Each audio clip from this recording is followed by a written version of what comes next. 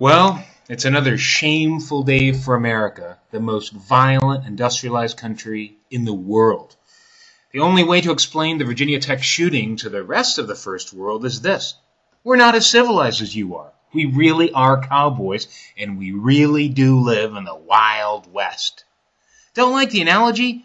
Read some of the comments on the original video. Some idiots are suggesting that more, not fewer people need to be armed. One guy suggested that all Virginia Tech students should be able to walk around with concealed weapons. Let me ask you something, moms and dads of college-age students. Would it make you feel better if every entering freshman were issued his own 9mm Beretta? Didn't think so. Those of you who say the Second Amendment protects us from government tyranny are fools.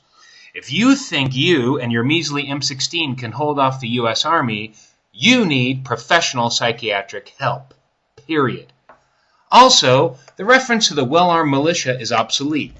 The Revolutionary War is over. The Minutemen no longer exist.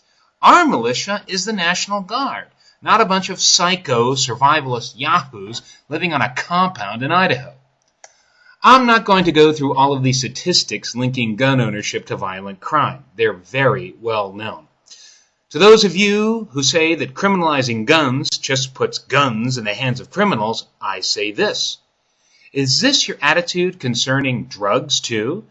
Do you think the government should legalize and regulate cocaine and heroin in order to get it off the black market? I bet the majority of you would say, oh no, drugs are far too dangerous. They should remain illegal. I have to confess to you, I've never had anybody threaten my life with an 8-ball of cocaine or a needle full of smack, but I have had a gun pointed at me. But don't guns protect you? Some people will protest. If you want protection, get a trained guard dog. It'll never misfire. Your spouse won't get drunk and kill you with it. You can't commit suicide with a dog. You won't have to keep your dog locked up in a safe to keep your kids from accidentally killing themselves with it. It will react to an intruder a hell of a lot faster than your fat, lazy ass. The simple fact is that we can reduce gun violence in this country. How? We need to establish a national computerized gun registry and crack down on illegal gun trafficking. If we use half the money and manpower we use in Iraq to keep illegal guns off American streets, I guarantee you gun deaths would drop. If you don't like the idea of registering your gun, maybe the civilized world isn't the place for you. Try moving to Afghanistan. They've got thousands of citizen militias.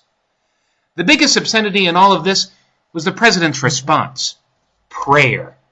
Is that the only thing the leader of the free world can do? Pray? These kids are dead already. Dead! What are you going to do when prayer doesn't work, President Bush? Cry? Why don't you try acting like an executive for a change and make useful policy? Oh, wait, I forgot that Cheney's the one who's in charge, and he shot somebody in the face. Never mind.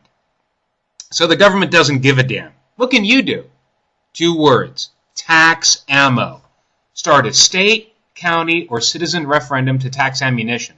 And I don't mean a little tax either. I'm talking 100, 200, or even 500% sales tax on certain types of ammunition, such as cop killer and hollow point bullets. Let registered hunters and target shooters get a tax break. Everybody else pays through the nose. Then use the money from this to crack down on the black market in weapons. It's not a perfect solution, but it's a lot better than prayer.